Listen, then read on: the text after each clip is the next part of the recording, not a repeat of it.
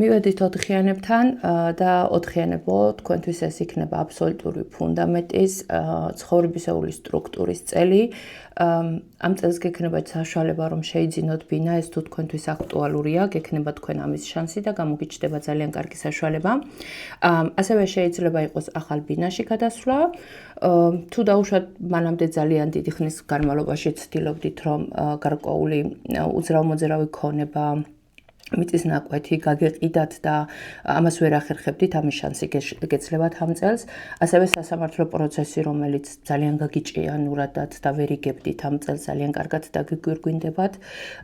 მამაკაცებისთვის ეს იქნება ოჯახის შექმნის წელი და რაც მთავარია, თქვენ უბრალოდ უნდა შეძლოთ და პასუხისმგებლობა აიღოთ არა მხოლოდ თქვენ თავზე, არამედ თქვენს ოჯახზე და თქვენს ოჯახის წევრებზე.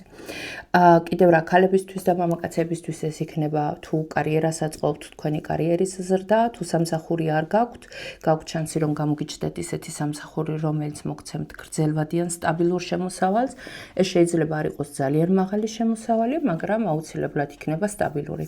პლუსში კიდევ ეს არის ქალბატონებისთვის ძლიერი მამაკაცის მხარდაჭერა. და კიდევ რაც ძალიან მნიშვნელოვანია, ეცადეთ რომ მეს ახლა ქალბატონებს უგულისხმობ, ამ წელს ძალიან დიდი პასუხისმგებლობა საკუთარ თავზე არ აიღოთ და ნუწახვალთ მამაკაცურ ენერგიებში, ეცადეთ რომ პასუხისმგებლობა გადაანაწილოთ, იმიტომ რომ ამ წელს გექნებათ ისეთი გამოცდა, რომ დაუშვათ შეიძლება მთელი ოჯახის პასუხისმგებლობა და ტვირთი თქვენ დაგაწვეთ ზურგზე, ამიტომ მათ ძალიან ცოტა გაფრთხილდით და ეცადეთ რომ დავალებები დილიგირება მოახდინოთ. როგორც აქამდე თქვი, არსებობს მედლის მეორე მხარეც და სამწუხაროდ ეს ყოველთვის ასია.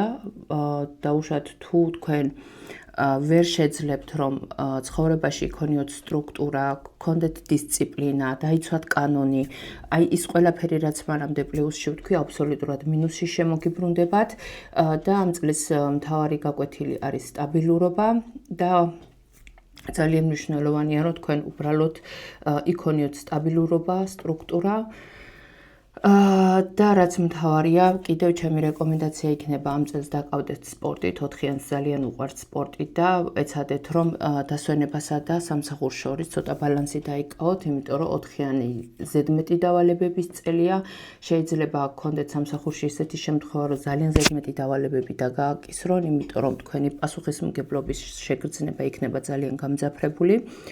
და ამის გამო 4-იანებს ექნებათ ისეთ შეგრძნება, რომ თითქოს მათ იყენებენ. პრინციპში ასეც იქნება, თუ თქვენ არ ეცდებით, რომ პასუხისმგებლობა გადაანაწილოთ.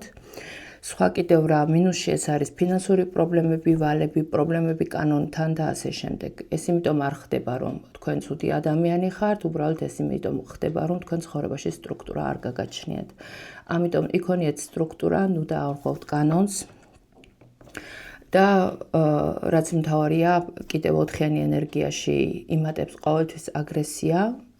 ეცადეთ რომ დაუშვათ ის აგრესია, რაც შინაგანად გაქვთ სპორტის საშუალებით ეს გარეთ გამოუშვათ, დაკავდით სპორტი, ეს თქვენ ჯანმრთელობაზე ძალიან კარგად იმოქმედებს და იმედია რომ 2026 წელი თქვენთვისაც იქნება ძალიან წარმატებული, ფინანსურად მზარდი და გისურვებთ წარმატებებს, გისურვებთ ბედნიერებას და უამრავ შენაძენს და ბედნიერ მომავალს.